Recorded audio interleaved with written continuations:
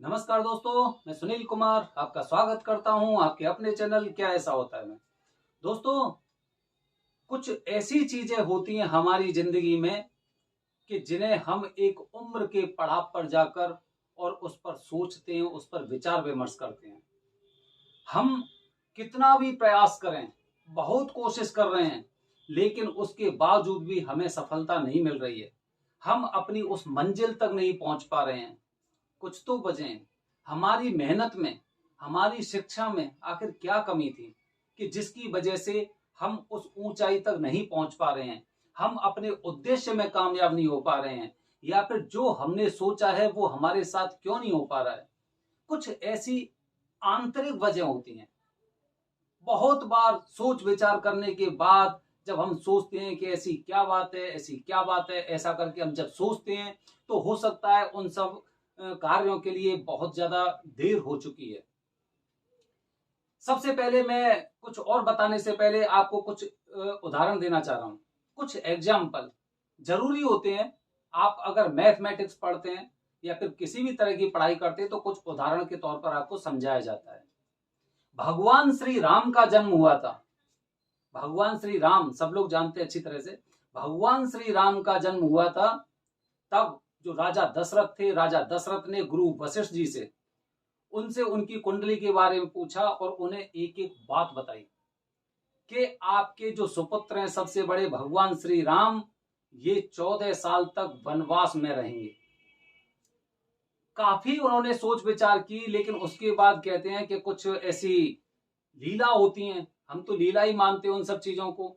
कुछ लीला ही होती हैं, क्योंकि जो समाज और हम लोगों की भलाई के लिए जो कार्य होते हैं, उन्होंने भी शायद हो सकता है उनकी भी लीला हो, लेकिन जो हम लोगों ने देखा था वो ये देखा था कि कोई भी बच्चा जब पैदा होता था तो सबसे पहले उसका कुंडली का विचार किया जाता था। भगवान श्री राम का जन्म हुआ था और जन्म के बाद जब गुरु वशिष्ठ जी ने उनकी कुंडली देखी थी, तभी से उन्हें पूरी तरह से आभास हो गया था कि भगवान श्री राम को 14 वर्ष का वनवास मिलेगा।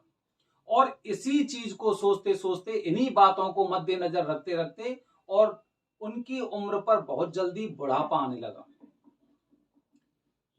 आज हम लोग क्या कर रहे हैं? आज हम लोग भी करीब 30 साल के आसपास, 40 साल के आसपास जब हमें कोई परेशानी होती है तो हम जगह जगह चक्कर काटते हैं, पूछते हैं भाई आखिर क्या समस्या है, ऐसा क्यों हमारे साथ हो रहा है, सब कुछ अच्छा करने के बावजूद भी ऐसा क्यों हो रहा है।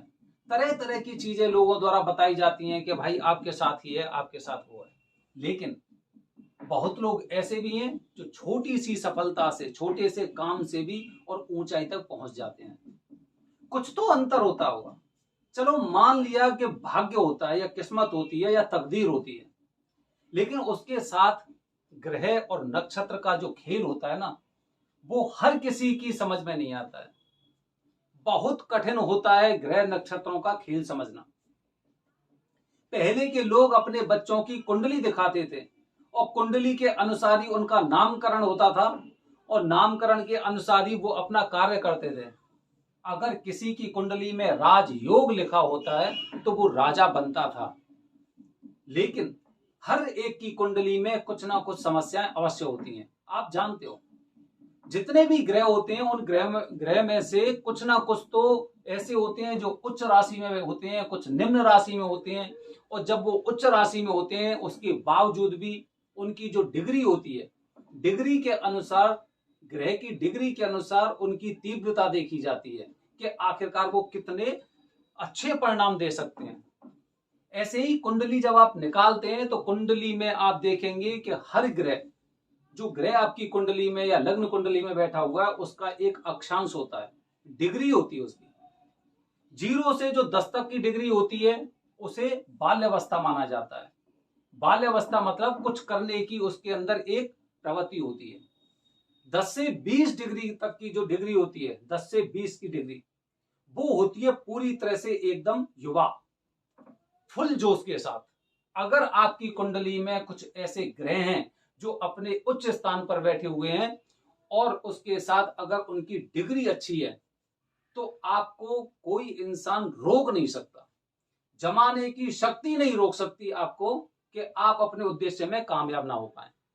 ऐसे ही जब नीच ग्रह हो जाते हैं, या फिर वो डिग्री कम हो जाती है, या फिर बहुत ज्यादा 20 से और आगे 29 तक की जो डिग्री होती है वो वृद्धावस्था कहलाती है।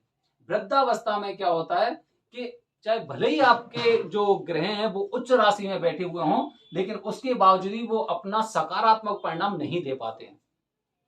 लेकिन हमें पता कब चला? 40 साल के आसपास, 35 साल के आसपास, तब पता चला। अब आप खुद बताइए, जिंदगी की आधी दूरी आप तय कर चुके हैं।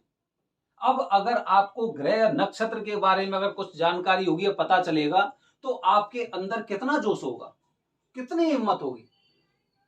शायद उतनी नहीं जो आपको 20 साल से 30 साल की उम्र में जो एक जोश होता है वो हो आपके पास।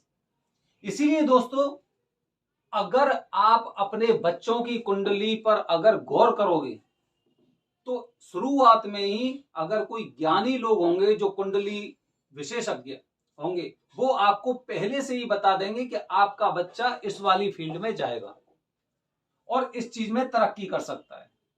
लेकिन उसकी कुंडली में भी कुछ दोष होंगे।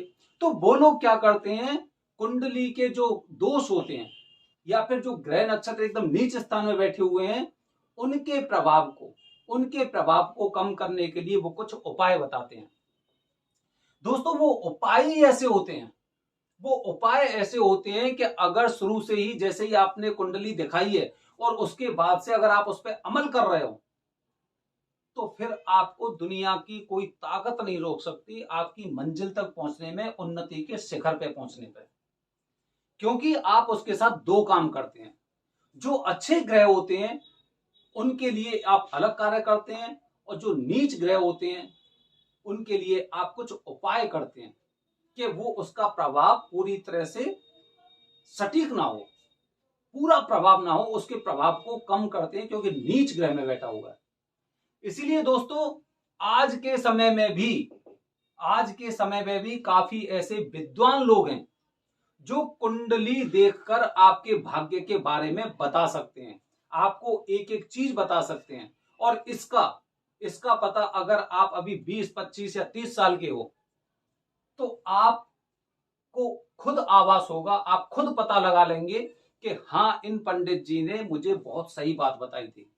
क्योंकि जैसे ही आपने नीच ग्रहों का निवारण किया, नीच ग्रहों की शांति के लिए कोई उपाय किया, और उसके बाद आपके अगर दिन बदलने लग जाते हैं, तो इसका मतलब यह है कि कुंडली के अनुसार आप अपनी मंजिल तक पहुंच सकते हैं। तो दोस्तों, ऐसे ही ज्ञानी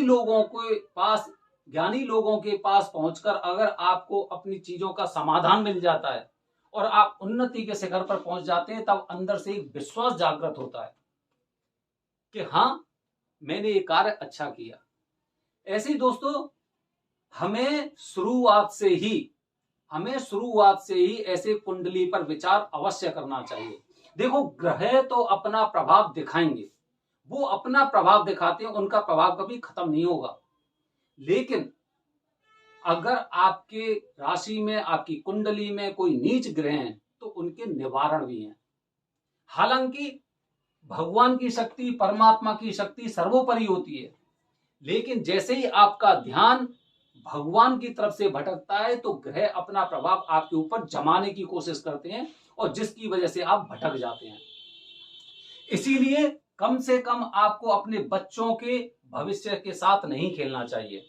मैं तो ये कहता हूं कि आप जो भी मेहनत कर रहे हैं करिए। मैं ये नहीं कह रहा कि कुंडली के माध्यम से कुंडली दिखवा लो और शांत बैठ जाओ, वो उद्देश्य नहीं है।